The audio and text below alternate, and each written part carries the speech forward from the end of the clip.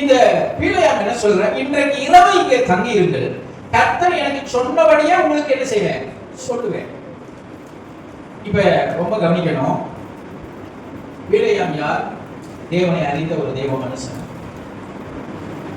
பாலாக் ஆட்களை அனுப்புகிறார், கையில கூலியோட வர்றாங்க, காசோட வர்றாங்க. இந்த பீலையாம் காசை பார்த்த உடனே ரைட் நாளைக்கு போலான்னு சொல்லல.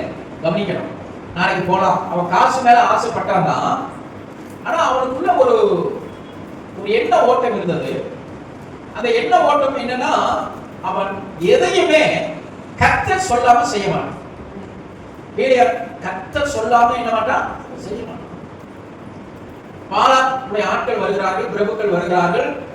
அவன் சொன்ன விஷயத்தை சொல்லிட்டாங்க, நீ இஸ்ரவேல் ஜனங்களை வந்து சபிக்கிறேன்னு சொல்லிட்டாங்க.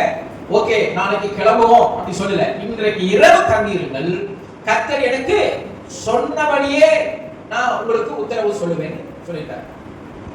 இப்ப இவன் ஜெபிச்சானோ இல்லையோ, வந்திருக்கிற ஆட்களுடைய நோக்கத்தை அறிந்து, நல்ல கவனிங்க, இன்னைக்கு இதுதான் தேவ செய்தி.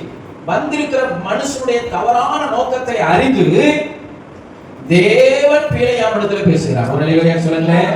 அல்ல அடுத்த வசனத்தை நீங்க பார்த்தாலே தேவன் பீலையாமிடத்தில் வந்து, ஏன்னா எப்பொழுதுமே இந்த பீலையாம் தேவனிடத்தில் உத்தரவு கேட்பதற்கு பலி செலுத்த வேண்டும். பழைய ஏற்பாட்டிலே பலி செலுத்திதான் தேவனோடு பேச வேண்டும். கர்த்தர் அந்த பலியை அங்கீகரித்ததுக்கு அப்புறம் தான் தேவனோடு உறவாட முடியும். ஆனால் இன்றைக்கு அவன் பலி செலுத்தவே இல்லை.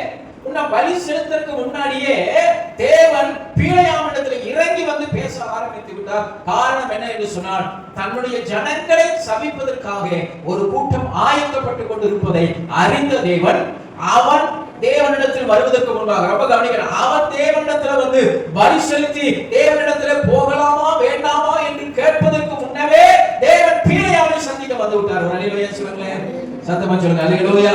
நான் அதான் சொல்லுகிறேன், தேவ பிள்ளையே, உனக்கு விரோதமா ஒரு ஆயுதம் எழுப்பும் போது உங்களுக்கு தெரியாம இருக்கலாம், ஆனா அவருக்கு தெரியாம இருக்காது. அல்லேலூயா.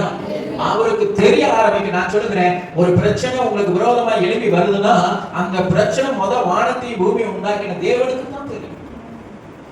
இப்ப யோபுக்கு பிரச்சனை வர்றதுக்கு முன்னாடியே தேவனுக்கு தெரிஞ்சிச்சு. ஆண்டவர் கேட்டாரு, என் தாசனாக யோபின் மேல் கவனம் வைத்தாயோ, அவன் உத்தமனும் சன்மார்க்கனும் தேவனுக்கு பயந்து பொல்லாப்புக்கு விடுகிற மனுஷன் சொன்னதுக்கு அப்புறம் ஒரு சின்ன வாக்குவாதம் ரெண்டு பேருக்கு நடக்குது, சின்ன போட்டி நடக்குது. அதுல கர்த்தர் அனுமதி கொடுத்ததுக்கு அப்புறம் தான் அவன் கை வைக்க முடியும்.